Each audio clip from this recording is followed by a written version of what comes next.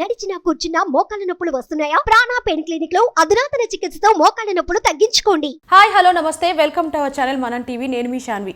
ఈ రోజు మనతో పాటు సీనియర్ జర్నలిస్ట్ శ్రవణ్ కుమార్ గారు ఉన్నారు. ఆయనతో మాట్లాడదాం. హాయ్ సార్, నమస్తే. నమస్తే అండి. సార్, ఇప్పుడు న్యూస్లో ఎక్కడ చూసినా సరే బండ్ల గణేష్ గారి డ్రైవర్ వాళ్ళ వైఫ్ చనిపోయారు, చిన్న చిన్న విషయానికి ఉరేసుకొని చనిపోయారు అని చెప్పేసి వార్తలు వినిపిస్తున్నాయి. ఆ చిన్న చిన్న విషయాలకి ఎందుకు అంత మనస్తాపానికి గురయ్యారు? ఇక్కడ ఈ వార్తలో బండ్ల గణేష్ గారు అనేది ఒక రెఫరెన్స్ పేరు మాత్రమే. అతనికి కానీ ఈ మనడానికి కానీ పాపం ఏం సంబంధం లేదు. అతని దగ్గర వ్యక్తిగత డ్రైవర్గా పనిచేస్తున్న ఒక డ్రైవర్ అయినటువంటి రమణ అనే డ్రైవర్ భార్య చందన ఆత్మహత్యకు సంబంధించిన వార్త ఇది. ఇక్కడ ఏంటంటే ఈ రమణ కొత్తగూడెం జిల్లాకు చెందినటువంటి ఆ తండా వాసి. వాస్తవానికి అక్కడ జీవనోపాధి కోసం ఈ మధ్య కాలంలోనే హైదరాబాద్కి వచ్చి జూబ్లీస్ ప్రాంతంలో ఉంటూ తనకు డ్రైవింగ్ అనేది ఆ డ్రైవర్గా చేస్తూనే పరిచయం ద్వారానే ఎలాగాల మన గణేష్ గారి దగ్గర అయితే బండ్ల గణేష్ గారి దగ్గర అయితే డ్రైవర్గా చేస్తున్నారు. ఇది ఇంతవరకు వ్యక్తిగత విషయం. అయితే ఇక్కడ ఏం జరిగింది చిన్న విషయమే. నిన్న రాత్రి వాళ్ళ ఇంట్లో భోజనం సమయంలో ఆ అన్నం తినేటప్పుడు చట్నీ ఆ అన్నం ప్లేట్లు ఎక్కువ పెట్టితే అతను ఏదో అబ్జెక్టబుల్గా మాట్లాడాడు. అంటే జనరల్గా ఏమంటున్నారు, చూసి పెట్టాలిగా, ఎంత అన్నానికి ఎంత పెట్టాలో కూడా తెలియదా అన్నట్లాంటిది ఏదో అని ఉండవచ్చు. దానికి మనస్తాపానికి గురైపోయారు. ఆ మాట పెరిగి రాత్రి ఏదో 4 మాటలు అనేసుకున్నారు. ఆ రాత్రి మౌనంగా పడుకుని ఉండవచ్చు, మౌనమే ఉండవచ్చు. పొద్దున్న కూడా అదే మౌనం. అంటే అలిగాడు, మౌనం ఉంటుంది కదా. జనరల్గా భార్యాభర్తలు కొంచెం మనస్పర్ధలు వచ్చినప్పుడు ఏం చేస్తారంటే ఎవరికొరు మాట్లాడుకోరు. కావాల్సిన కార్యక్రమాలు అంటే అన్నం పెట్టిన తింటాడు, టీ ఇచ్చిన తాగుతాడు. ఈమె రా అని అనదు, ఆయన తిని పెట్టు అని ఈయన అడిగారు. మౌనంగా కార్యక్రమం జరిగిపోతుంటాయి. ఆ విధంగానే మౌనంగానే వెళ్ళిపోయాడు. వెళ్ళిన తర్వాత మళ్ళీ మరి కొద్దిసేపటి తర్వాత ఈమె ఫోన్ చేసింది, వీడియో కాల్ చేసింది. బహుశా ఆయన ఏదో పని మీద ఉంటాడు. జనరల్గా ఏంటంటే డ్రైవర్ అంటే వాళ్ళ బాసుల దగ్గర ఒక థర్డ్ ఫోర్త్ గేడ్ ఆఫీసర్గా మనం చూడొచ్చు డ్రైవర్ అంటే. సో ఏ గేడ్ ఆఫీసర్ అయినా సరే తన కన్నా పై స్థాయి అధికారం ఉన్నప్పుడు జనరల్గా ఫోన్లు ఎత్తడం కానీ ఇట్లా వీడియో కాల్స్ మాట్లాడడం కానీ చెయ్యరు. వ్యక్తిగతంగా వాళ్ళ సార్లతో ఇంటరాక్టివ్గా ఉన్నప్పుడు వ్యక్తిగత ఫోన్లు అటెండ్ చేయాలి. ఆ మాత్రం అవగాహన లేనటువంటి ఆ భార్య వీడియో కాల్ చేస్తే ఎత్తలేదని చెప్పేసి మళ్ళీ ఏదో ఒక కాల్ చేసేసి నేను చనిపోతున్నానని చెప్పేసి కోపంగా పెట్టేసిన తర్వాత మళ్ళీ ఎంత చేసినా కూడా ఎత్తకపోయేసరికి రమణ గారికి అనుమానం వచ్చి ఆ ఇంటి ఓనర్ ఫోన్ చేయడం, అప్పటికే ఇంటి తలుపు తీయలేకపోవడం, బలవంతంగా తీసి చూస్తే అప్పటికే ఆమె వేలాడుతూ కనిపించింది. ఇది జరిగిన సంఘటన. దీనికి దీంట్లో చూడాల్సింది ఏంటంటే చిన్న చిన్న కారణాలు.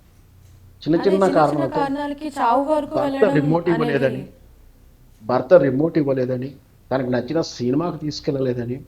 నిన్న కూడా ఒక వార్త చూద్దాం, పూణేలో జరిగింది. భర్త ఆమె పుట్టినరోజుకు దుబాయ్కి తీసుకుపోమంటే ఆయన తీసుకుపోనంటే ఆ వాదనలో కోపంతో అసహనంతో భర్త ముక్కు మీద దాడి చేసి చంపింది. ఆయన ముక్కు మీద 3-4 గుద్దులు గుర్తి ఊరికనే చచ్చి కూర్చున్నాడు పాపతో. అంటే చిన్న చిన్న కారణాలకి ఆవేశం తట్టుకోలేక రిమోట్ ఇవ్వలేదనో, తను సినిమాకి తీసుకెళ్ళలేదనో, ఈ మధ్యకాలంలో ఫోన్ ఊరికే చూస్తున్నాం ఎందుకని భర్త అడిగినా కూడా మనస్తాపానికి గురవడం. ఈ మధ్య మనం ఏం చేస్తున్నాం, సోషల్ ప్లాట్ఫామ్లలో ఆ రీల్స్ అని చేయడమో చేస్తుంటారు స్త్రీలు. ఎవరైనా సరే ఖాళీగా టైంపాస్ ఉన్నప్పుడు ఎక్కువ సేపు చూస్తుండే అలవాటు అవుతుంది. సో దాంతో కూడా ఈ భర్తలు అబ్జెక్షనబుల్గా చెప్పడం, లేదు అన్నింటంత మాత్రాన వాళ్ళ మనస్తాపానికి గురవ్వడం, ఇదంతా కూడా బలహీన క్షణాలు, బలహీన మనస్తత్వాలు. దీని ముఖ్య కారణం ఏంటంటే వాళ్ళు సంఘజీవిగా కాకపోవడం, అంటే నలుగురితో కలిసి బ్రతకలేకపోవడం. ఈ యాటిట్యూడ్ ఎక్కడిదంటే మనకన్నా ఇప్పటి తరం కన్నా ముందు తరం నుంచే ఉమ్మడి కుటుంబాలు పోయినాయి. మనకేమైనా సమస్య వస్తే మనమే కొనుక్కుంటాం, మనమే తణుకులాడుతున్నాము. మనకి గైడ్ ఇచ్చేటువంటి నైబర్హుడ్ ఎక్కడా లేకపోవడం, ఇంట్లో పెద్ద దిక్కు లేకపోవడంతో ఇట్లాంటి సమస్యలు వస్తున్నాయి. చిన్న చిన్న కారణాలకే, చిన్న చిన్న విషయాలకే ఇప్పుడు చిన్న పిల్లలు చేసుకుంటున్నారు.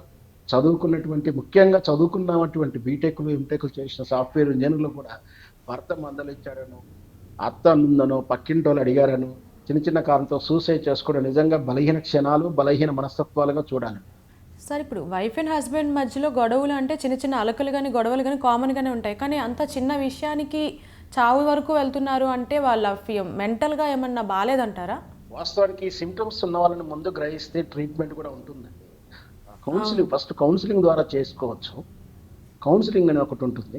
తర్వాత అది తప్పినప్పుడు ఈ ట్రీట్మెంట్‌లోకి వెళ్తుంది. మెడిసిన్ ట్రీట్మెంట్‌కి వెళ్తుంది. వాస్తవానికి 99% ట్రీట్మెంట్ అవసరం లేదండి. కౌన్సిలింగ్స్ అంటే నచ్చచెప్పేటువంటి పర్సనాలిటీ డెవలప్‌మెంట్ లాంటి వాళ్ళు కౌన్సిలింగ్ ఇచ్చేవాళ్ళు. అదే పెద్దరికం అంటే ఉమ్మడి కుటుంబంలో అదే జరుగుతుండేది. ఒకతవులు పెద్దవాళ్ళుంటే ఈ నచ్చచెప్తుంటేవారు. ఏదో ఒకటి సరే ఆయనే అన్నాడు, ఆయన మంచోడు కాదు, నువ్వు మంచిదానివి కాబట్టి నువ్వే ఓర్చుకొని ఇట్లాంటివి చెప్పేటోళ్ళు లేకపోవడం. అంటే చెప్పేవాళ్ళు లేకపోయినా ఈ రోజుల్లో ఈ కౌన్సిలింగ్ సెంటర్స్ అని వచ్చాయి. భార్యాభర్తల దగ్గర గొడవలు వచ్చినప్పుడు పోలీస్ స్టేషన్ ఫస్ట్‌కి వెళ్తే కేసు కాకుండా భరోసా సెంటర్‌కి తీసుకెళ్తారు. వాళ్ళు కౌన్సిలింగ్ హ్మ్. ఇస్తారు. లేదు అంటే ఇక్కడ ఈ మానసిక నిపుణులు లేదా కౌన్సిలర్స్ చాలా మంది ఉన్నారు. చాలా రకాలు ఉన్నారు.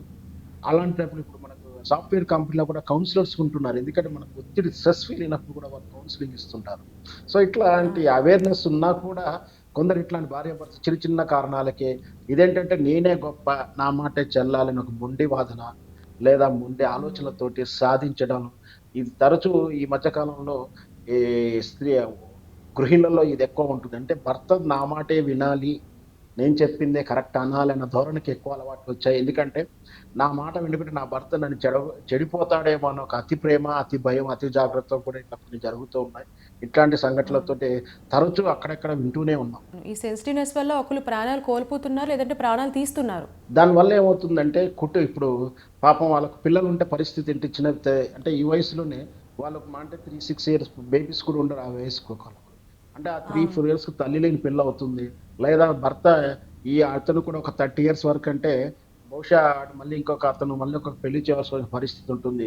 మళ్ళీ వచ్చిన సెకండ్ స్టెప్ మదర్ సవితి తల్లి గారు వీళ్ళని చూస్తారో చూడదో అప్పుడు వీళ్ళ భవిష్యత్తు ఖరాబవుతుంది.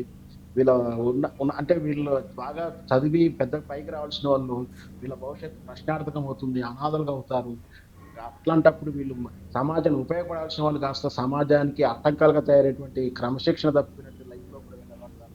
అంటే ఇవేమీ ఆలోచించకుండా తా తమ మాటే గెలవాలి. అనుకుందే కావాలి. మనం అనుకోకుంటే చావనైనా చావాలి లేదా చంపైనా పోవాలి. ఈ ధోరణి మొండి ధోరణే ఇట్లాంటి దారిని తీస్తున్నాయి. ఇట్లాంటివి జరగకుండా ఉండాల్సి ముందు వాళ్ళని కనిపెడితే అర్థమవుతే, అవగాహన అవుతే వాళ్ళకి కౌన్సెలింగ్స్ ఇప్పించుకుంటే పెద్దవాళ్ళు కౌన్సెలింగ్ ఇస్తే బావుంటుంది. Yeah! Sir. Thank you sir.